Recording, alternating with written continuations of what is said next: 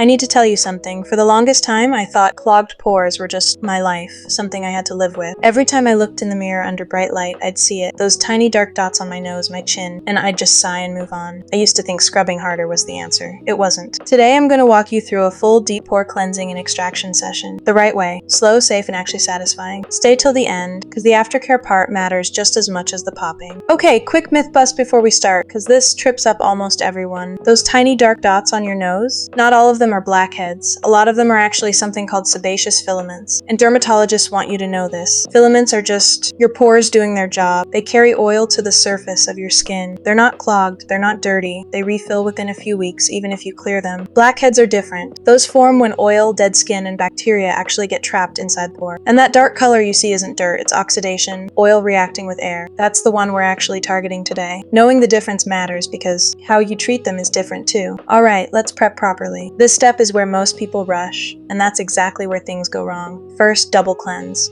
Oil cleanser first to break down the day's buildup, then a gentle foaming cleanser to actually clean the skin. Don't skip this. Steam or a warm, damp cloth for a few minutes. This softens the pore opening so we're not fighting the skin later. Third, and please don't skip this one, sanitize your hands and your tools. If you're using an extractor, wipe it down with alcohol. We are not doing this with bare unwashed nails, ever. If you have active cystic acne, open wounds, or very inflamed skin, please don't extract today. Let it calm down first, or better, see a dermatologist. We're not trying to cause scarring here. The main event, okay. Deep breath.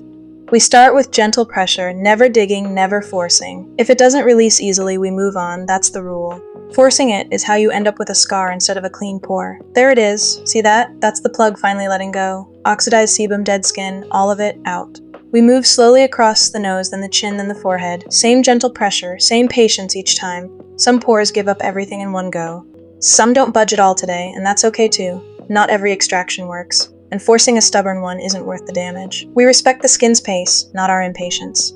The aftercare, this is the part people skip. Please don't. Right after extractions, your pores are literally open. This is when bacteria has the easiest access. So, antiseptic toner first, applied gently with a cotton pad, no rubbing. Then something soothing and anti-inflammatory. Niacinamide works beautifully here. It calms redness and helps tighten the look of the pore back down. Follow with a barrier repair moisturizer. Something with ceramide, so we're not leaving skin stripped and vulnerable. And ice if you have redness, a few seconds at a time wrapped in cloth, never directly on skin. Bonus tips, quick things I wish someone told me earlier. 1. Don't extract more than once every 2 to 3 weeks. Your skin needs time to recover. 2. Never extract at night without a clean pillowcase waiting. Change it after. 3. Sunscreen the next day is non-negotiable. Freshly extracted skin is more reactive to sun. 4. If a spot won't release after 2 gentle attempts, walk away. It's not worth it. Every time I do this properly, slow, careful, patient, I don't just see clearer skin. I feel calmer. There's something about taking the time to actually care for yourself instead of rushing through it. If you've ever felt embarrassed about your pores, I need you to know, this is so normal. Almost everyone has this. You are not alone in this. And as always, this video is for education and relaxation, not medical advice. If your skin is really bothering you, please see a dermatologist. They can do this so much more safely than any of us at home.